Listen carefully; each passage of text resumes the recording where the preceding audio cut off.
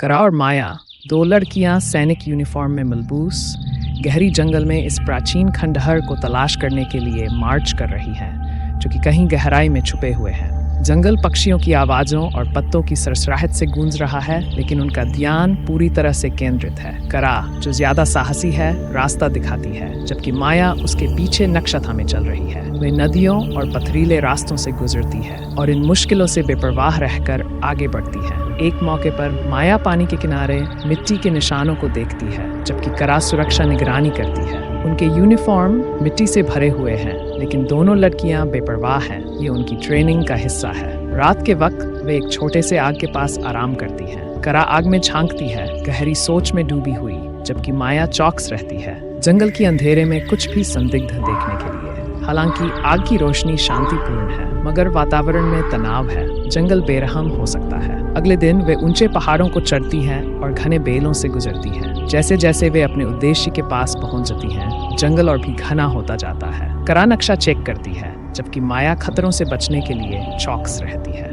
दोपहर के करीब वे एक चट्टान पर पहुंचकर घाटी का दृश्य देखने के लिए रुकती हैं, जिस पर सूरज की रोशनी लाली फैलाती है। अपनी यात्रा जारी रखते हुए वे कुछ अजनबी चमकते हुए पौधे देखती हैं। करा एक को ध्यान से देखती है, सोचती है कि क्या ये उनके मिशन के लिए किसी काम का हो सकता है, जबकि माया खतरों के लिए तैयार रहती है। घंटों बाद वे एक बड़ी झाड़ी के पीछे छुपकर पेड़ों के बीच एक साया को तेजी से चलते हुए देखती हैं। वे चुपचाप रहकर इंतजार करती हैं कि वह साया गुजर जाए। आखिरकार वे प्राचीन खंडहर तक पहुंचती हैं, जो बेलों से ढके हुए हैं, लेकिन फिर भी इतिहास की महानता को बयान करते हैं। करा और माया एक चुप नजर से एक दूसरे को देखती हैं, जानती हैं कि उनकी मेहनत रंग लाई है।